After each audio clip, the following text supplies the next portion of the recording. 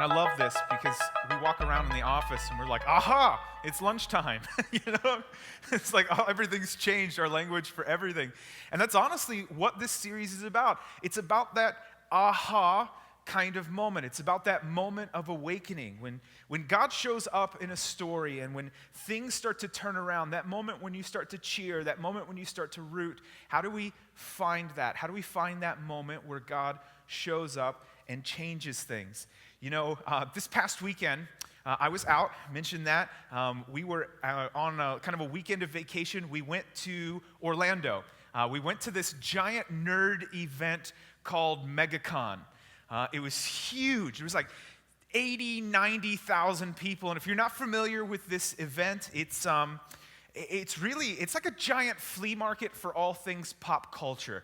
It's like the size of like 2 or 3 super Walmarts, and if you like watching Lord of the Rings and Star Wars and Star Trek and Walking Dead and all those kinds of shows on TV that you watch it and you watch entire seasons on Netflix at one time, if you like it, somebody else likes it, and this is where they show up, and you get to go through all these different booths and sift through the junk and hold little Star Trek Enterprises and be like, I wish I could buy this, and like go back and forth, and you people watch, like you walk around, and like at Halloween where you like stop by Party City and you spend like 40, 50, 60 bucks, on a costume or something like that. These are the people that spend like $500, $1,000, $2,000 on costumes, and they come out and they look exactly like the real thing. And I walked by this one area and there were like 20 Boba Fett's like standing next to each other, and I'm like totally geeking out from Star Wars and like taking pictures of it all and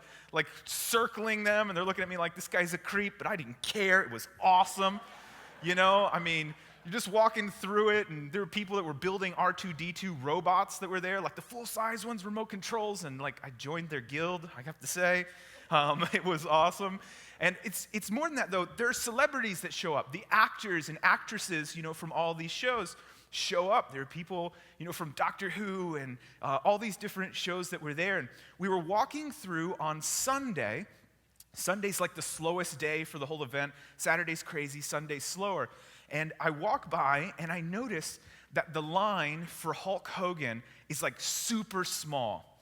And so my wife and I are walking together and we're like, oh man, well, this is it. We gotta go. I gotta meet the Hulkster.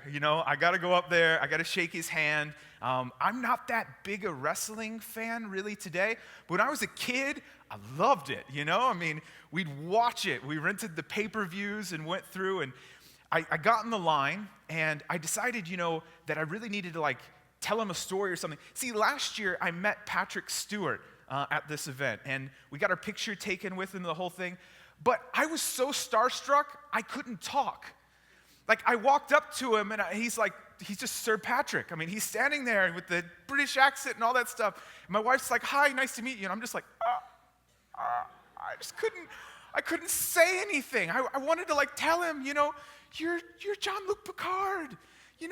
You're Professor X in the X-Men, I wanted to say all these things and geek out, and I just ended up standing next to him going, smiling and having my picture taken. And so I'm standing in line, I'm ready to come up to Hulk Hogan, and he's standing there and he's autographing things. And so I decide that I'm going to tell him a story, that this is it, I'm going to have it planned out, and I'm going to tell him a story. And so we come up, and he comes out from around the table, and we shake hands, and I didn't wash my hand for 3 days afterwards, and I'm just kidding. And we stand next to him, and so I tell him, I said, when I was a kid, we rented this WrestleMania event, and we were watching you. You were the main event from it, and we were sitting there, and you were wrestling, and I don't even remember who you were wrestling at the event. I can't remember which year it was, but we were watching this event, and you were losing badly. You were just getting wailed on. The guy was doing his special moves on you and all that kind of stuff, flying elbows, punches. You were getting beat badly. And somewhere in the middle of it, you reached the point where you weren't getting up, and the guy almost pinned you twice on the bottom. And all of a sudden, all of us kids got into the middle of the room, and we started jumping up and down. And we started going, shake your head, Hulk Hogan. Because here's what we knew. that after he got his butt kicked for a certain amount of time, we had watched enough matches to know that he would get up and he would start flexing those pythons around and he would shake those golden locks back and forth, and then he was on the go. He was ready to do it, and the guy would punch him in the head and he would just keep shaking it off and punch him in the head and he'd just keep shaking it off. And that's the time when the Hulk would break bad. He'd pick up that guy, snap him in half, give him that big boot to the side. He was going to win that match. And I told him the story, and I'm sure he's heard that 1,000 times, but it felt good to be like, man, you were in my living room. You grew up, you said take your vitamins, say your prayers, and I did it, man. I did it. You know? It was so much fun. And it was the power of the story. He was telling a story through his craft, and I was telling him a story. And it meant so much, and we kind of connected and get back and forth. I was worried because, saying we were just kids, that he'd think it was old, but I don't think he did. I think he enjoyed the process and enjoyed hearing it together. But, stories are powerful like that. And they're more than just people and places. When you tell a story, it's more than about just the people that you're describing and their backstory and the places that you were. All good stories need conflict. If you don't have conflict, you don't really have a story.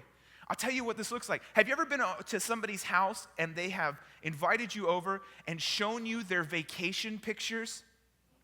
You know what I'm talking about? Where you get together, they invite you over, and they went somewhere awesome. It was somewhere cool, it's no doubt. They invite you over to their house. They probably ate some food that was really, really cool when they were there. And so they invite you over, and they looked up on Pinterest or something, what this recipe was for this thing that they ate when they were over there. And they cook this food, and they sit you down for like a half hour or an hour or 2 hours or something like that. And they're just showing you slide by slide by slide all the pictures that they took. People, places, and you're sitting there going, oh, please, Jesus, come back right now. Save me from this moment. I thought we were friends, but apparently we're not. I just want to go home. I was like 10 slides in and I was done, right? That's people and places, but there's no conflict. You're like, great, you had a good time. Great, you had a good time. Great, you had a good time. It's the conflict that tells the story. In Jesus' story, this series, we're going through the story of the Prodigal Son. When Jesus tells this story of the Prodigal Son, it has conflict. There's this place that Jesus mentions. The text refers to it as the distant country, this undiscovered country that this son points his face towards, points his ambitions towards.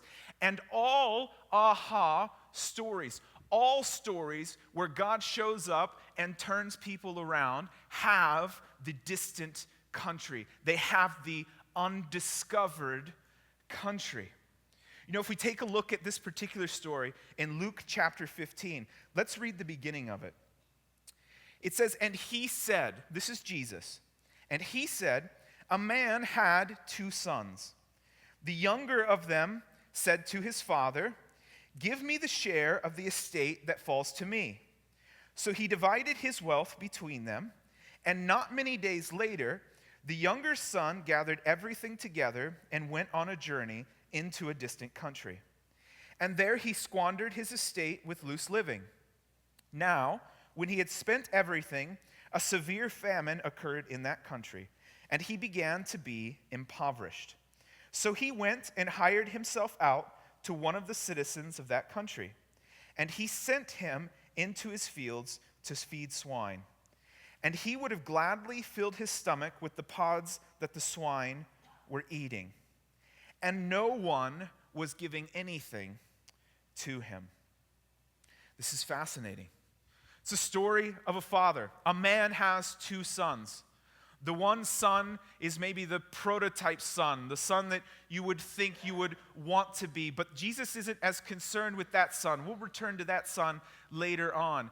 The center of this story is about his other son. The son that turns to him and says, Father, there's this place that I need to go. There's this undiscovered country out there. And I'm pretty sure that this place is good for me. I'm pretty sure that this place houses my future. But in order to get there, I need your inheritance. I need to cash out early. So if you could just take and you could give that to me, then I will go to this place. That's where my future is, and I'll go ahead and get started. Why wait? The country is out there. Let's go today. The father grants the son that request. The son goes there and finds his future.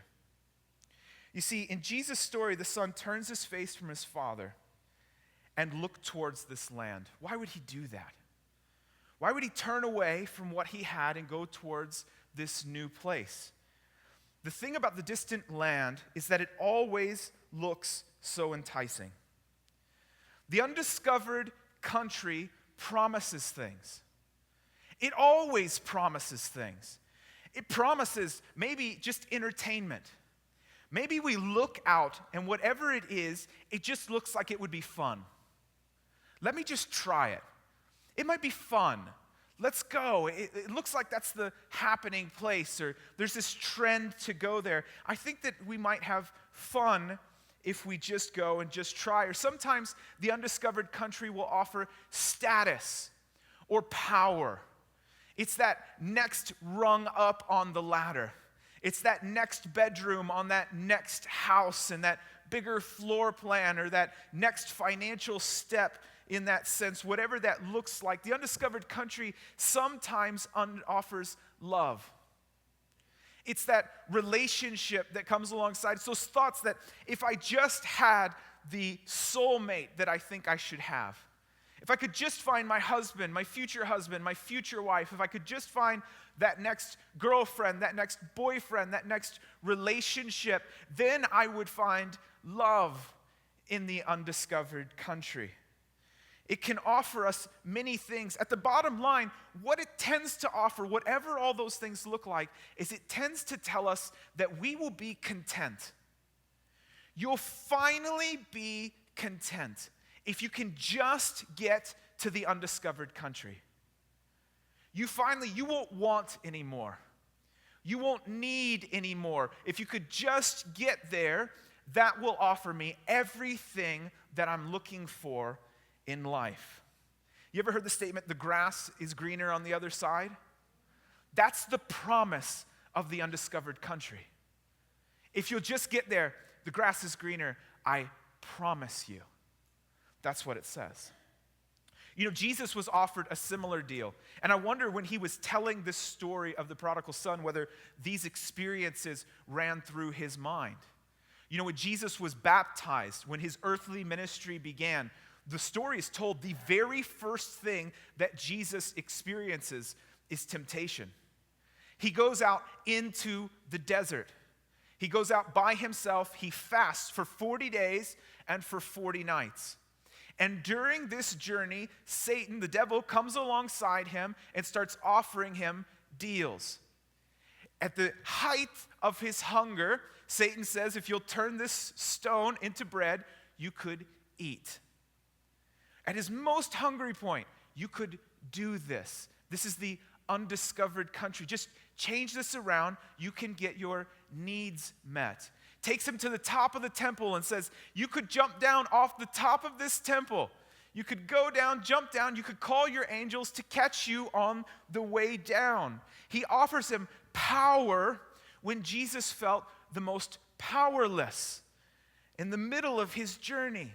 Then he takes him out and shows him all the nations of the world, all the lands. And then the devil says, I'll give you all of this if you'll just turn your worship away from the Father. And Jesus looks at him and says, no, I won't do that. I won't go in that direction. Each time he decides not to. Knowing what that experience was like, Jesus tells this story of the son. The only difference is the son decides to go. He decides to step out into the undiscovered country. He cashes in his inheritance. Now, this looks different than the way that we think that it would. I think sometimes we read our context and the way that our world works into the stories, and so we get kind of the wrong idea. We think that the son walked up to the father and said, "Dad, I need my inheritance. I need my money." And so then the dad goes and opens up his checkbook and writes him a check for his inheritance with the stub on the side and rips it out and gives it to him. And the son goes down to the bank and gets a stack of cash, or a stack of coins and puts it in his purse on the side and walks into travels. That's not the way that this would have worked. The father's inheritance was not all liquid assets. It wasn't these piles of money that were all over the place. The father's inheritance were literally the things that the father had accumulated throughout his entire life. The things that his father had given him, and maybe his father had given him. Generational things, things with stories, things with memories, rocking chairs, different things that would have been there, that would have had something, a story kind of attached to it. And when you think about this, you actually understand the mental framework of the son and what he's working for. See, because the story says that after a number of days he left. Why wouldn't he have left immediately? Well, because he was selling off his inheritance. Piece by piece, he took thing by thing that the father had worked his entire life to build up, and he had this giant, ancient kind of yard sale, and he took what he could for it.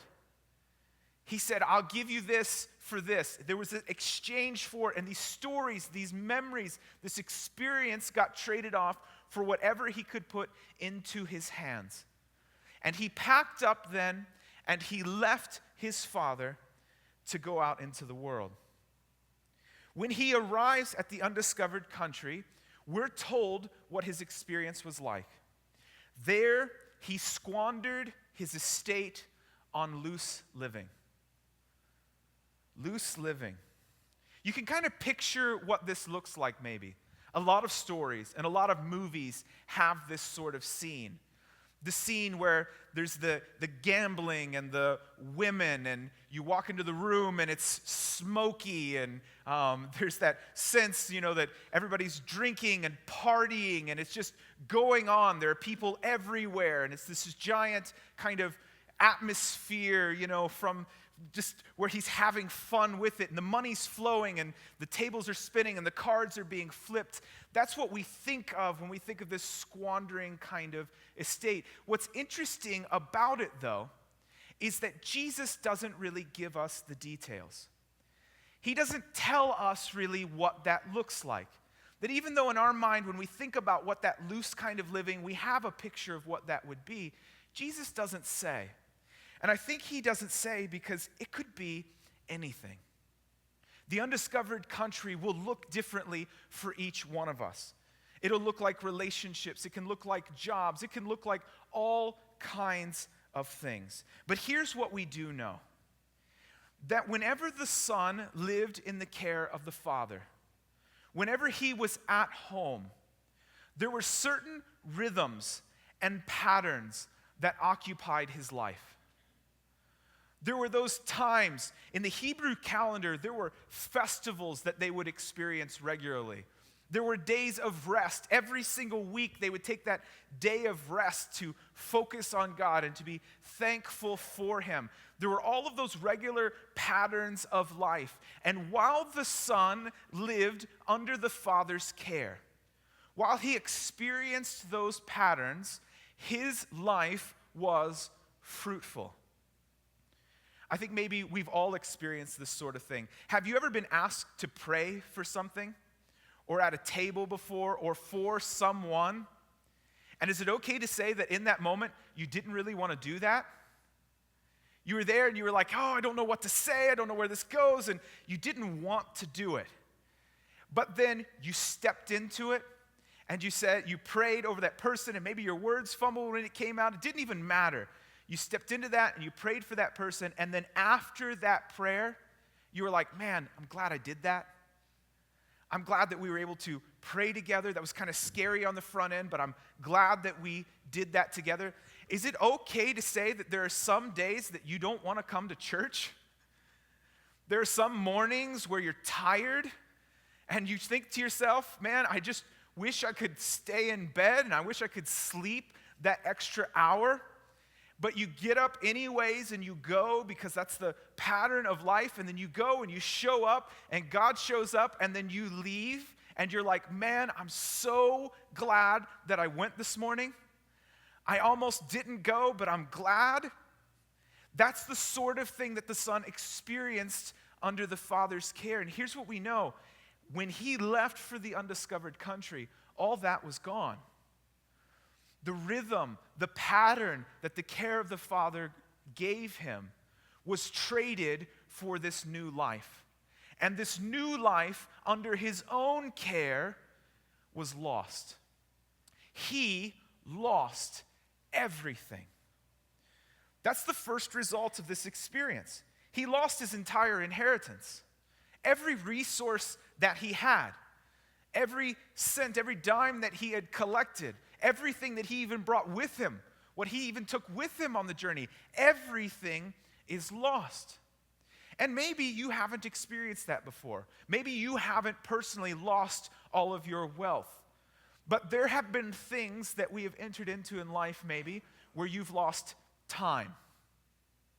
Or maybe there are things in life that you've entered into where you've lost energy.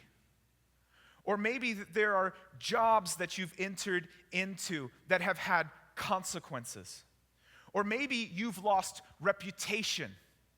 Have you ever entered into something and at the end your reputation was gone? Or you made decisions, you stepped out and it cost you family, relationships. Maybe you did something, you went to your undiscovered country and it cost trust. The bottom line is the undiscovered country will always cost something. It always takes and it never gives because it doesn't have the power to give. You know, in the small group study that goes with this, many of you are doing it. The author of that study, Kyle Eidelman, makes an observation that is so true. He talks about the stories that people often say to pastors, the stories that we hear. And it goes something like this. And what's so interesting about it is all of these stories are the same. The story goes, a long time ago, I accepted Jesus into my heart. I can remember the day. It was so good. I was so on fire for him. I couldn't believe who he was and what he had done for me. I was baptized like a month or 2 months later, and everything was going so good in my life. But then, every one of those stories have this but then. I took this job. And before I knew it, I was working on Sundays and Saturday nights and every night of the week, and I just fell out of the pattern of being connected to people in church, and I don't know, something happened, and I can't even remember exactly when it was, but I stopped reading my Bible and praying, and then I made these decisions over here, and now I'm here, and I don't know how I got here. Or I was doing great, but then I entered into this relationship. I thought I found Mr. or Mrs. Right, and we started to date, and then he or she moved in, and before I knew it, we were stopping going to church. We changed friends, and we changed locations, and all these things kind of fell apart, and now I feel so distant from God. It turns out that he or she wasn't the one that I was looking for, and now I feel lost. I've lost everything. Every story like that is the same. The undiscovered country is guaranteed to snap you out of the things that will bring you life. And it gives you nothing in return. And really, that's what leads us to the second result. Because the second result of this experience was the lost relationships. The son was alone. He had left his family. You know, when we look at this, we often say things about our life. We feel in control of our circumstances, maybe. And we say things like, it's my life. I can make my own decisions. I can do whatever I want to do. I can go It's just about me, that sort of language that comes with it. And you know what? There's this certain sense to where it's true. It is your life. You can choose whatever you want. You can set a direction, you can go, you can make all the decisions that you want in your life. The trouble is that the decisions that you make don't always only affect you. Most decisions that you make in life affect everyone around you. Whether they feel close to you or not, it has ripple effects. And you see that in this story. The son decides to leave his family, his father, to take his inheritance. And as a result, he is family-less. That identity is gone. He doesn't have those people to fall back on. He's in the distant country. And you can figure, when you picture that scene with the gambling, the drinking, the smoking, all that kind of stuff, that everybody is close to him. I mean, as long as the money is flowing, this guy has friends.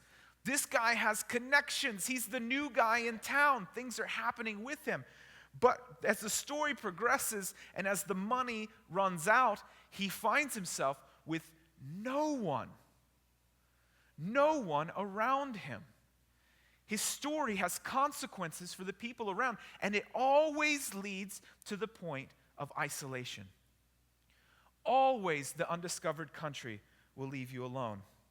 And what's so interesting about that is that no child really has visions of being there. When you walk into a room and you see kids play, no child decides that his life will go there. This one kid says, I'll be the fireman. And the other girl says, I'll be the princess. And then the other kid says, I'm going to be the college dropout.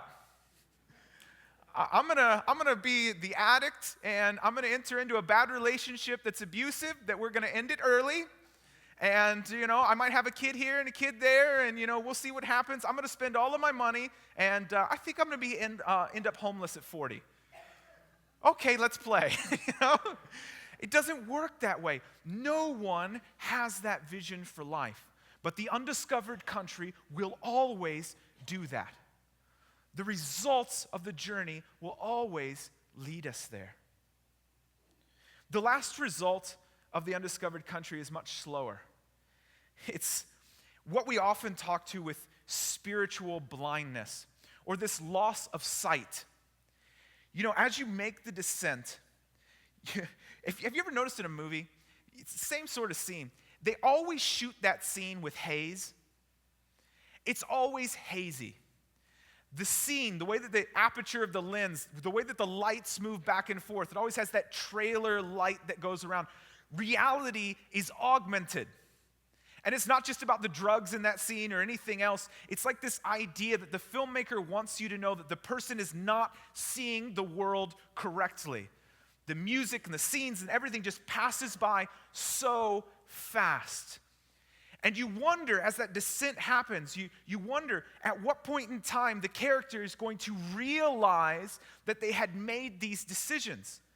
You sit there and you're like, I can't believe, no, you're doing it again, and you're doing it again, and you're doing it again, and this descent kind of happens. And you think to yourself, how does that happen? How do you not catch it halfway? Well, the trouble is that every single step of the way makes you a little bit more numb to the consequences.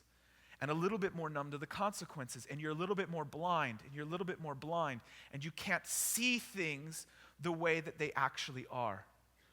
And it's interesting that that's exactly what happens in the story. Did you notice that the son doesn't even recognize there's a problem until he's out with the pigs? The money's flowing. It's leaving. The bank accounts are dropping. The resources are going, but all along the way, he still has a plan. I'll still get a job. I'll still do this. But it's not until the day that he goes out and he feeds the pigs and he looks at the slop that the pigs are eating and says that it would be better for me to be the least in my father's house than for me to be here on my own. It took that whole process for him to turn around. How did he get that low? Because he was blind. He was blind. And all aha stories have this. They all have this sense. Have you ever been in a room that's been dark, and I'm talking about spiritually dark or anything, I'm talking about a room pitch black. And you stay in that room for a while, and what happens? Your eyes dilate, right? In a second, they adjust, and you can see things that you couldn't see before. Now, have you ever walked outside on a bright, sunny day? What did it feel like? It was painful, right? I mean, you looked out, and the sun came in, and it was blinding. You saw those blue dots everywhere that we get whenever the sun is too strong. And what do? We cover our eyes, we close our eyes, we shudder back in. It's painful to see. Well, what's happening? When you're in that dark room, your eye dilates and it uses cells in the back of your eyes that you don't normally use to see. And then you step out into the light, you look towards the sun, and cells that you would normally protect by having your eyes less dilated are now exposed to all that sunlight.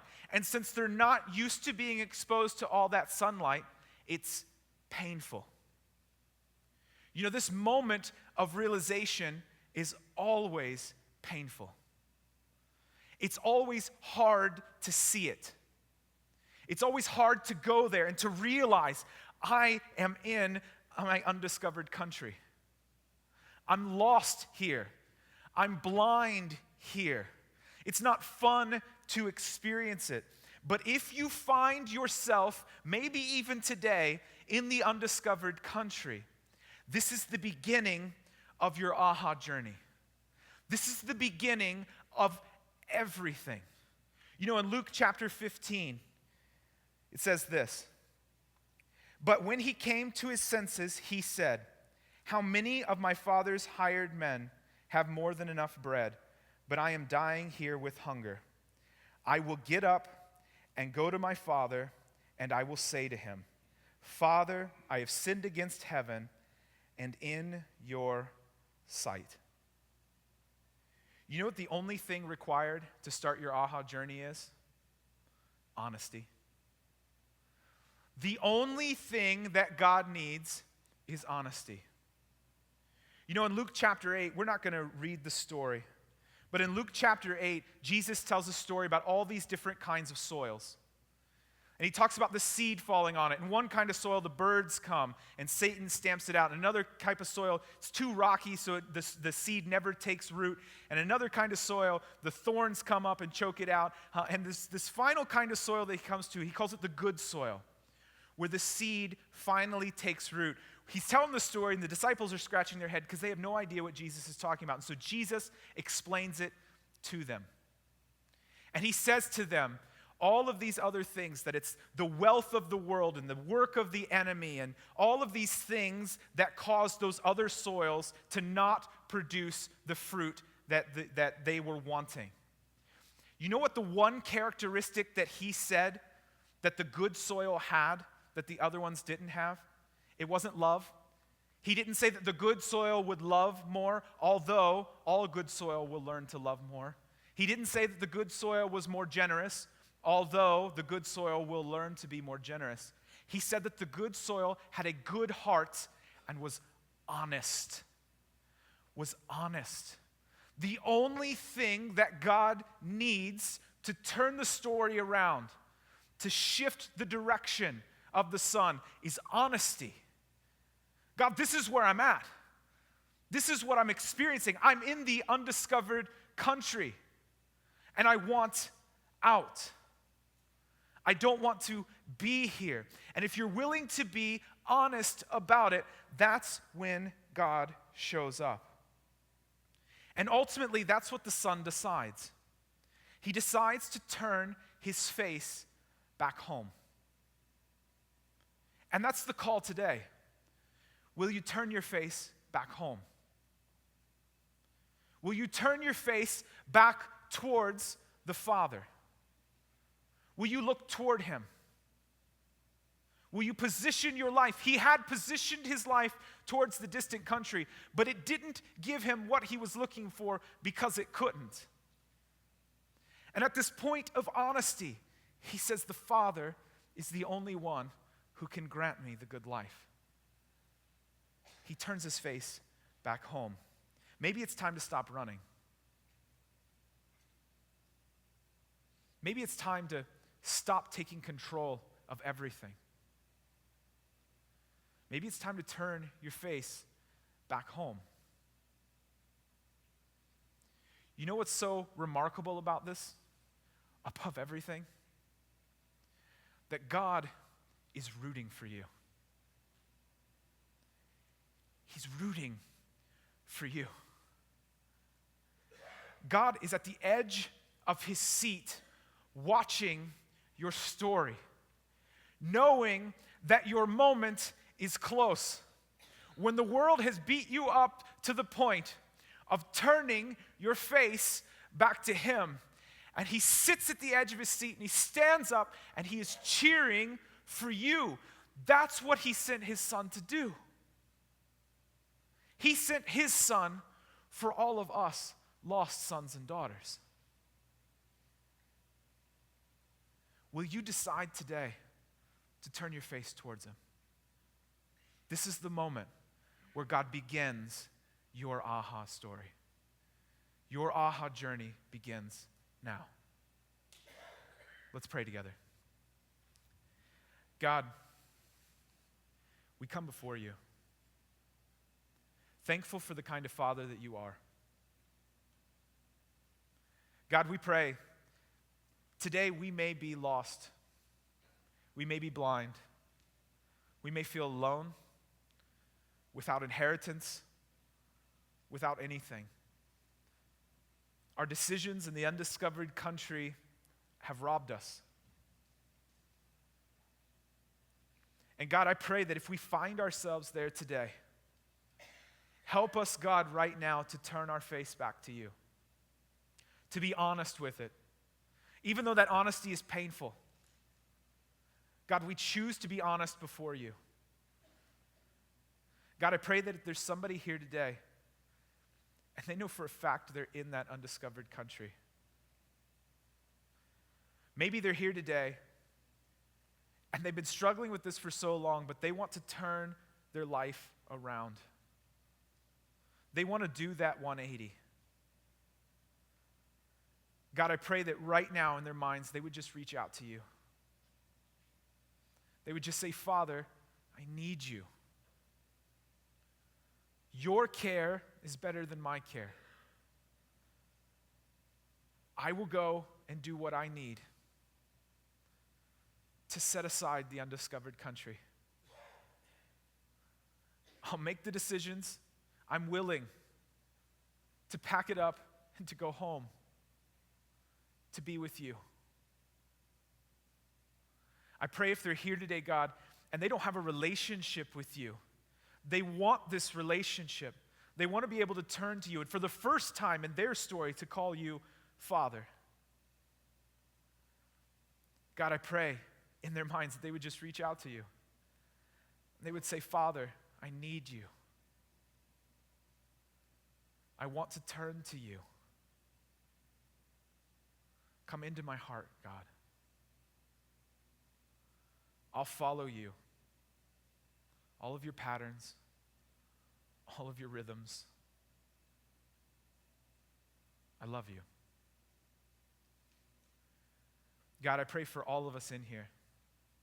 Some of us may be on the backside of the undiscovered country. Some of us may be before our next undiscovered country, in the middle of it. Some of us are watching friends and families go through the undiscovered country. God, help us to pray for them. Help us to pray for the people that are around us, God. Help us to be there. Use us in their stories. If we can help them, God, bring us alongside them. Use our wisdom and experience, God, that you have given us. Use it, God. We want to help those stories as well. God, thank you for being the kind of Father that we can turn our face towards. We love you, Lord. In Jesus' name, amen.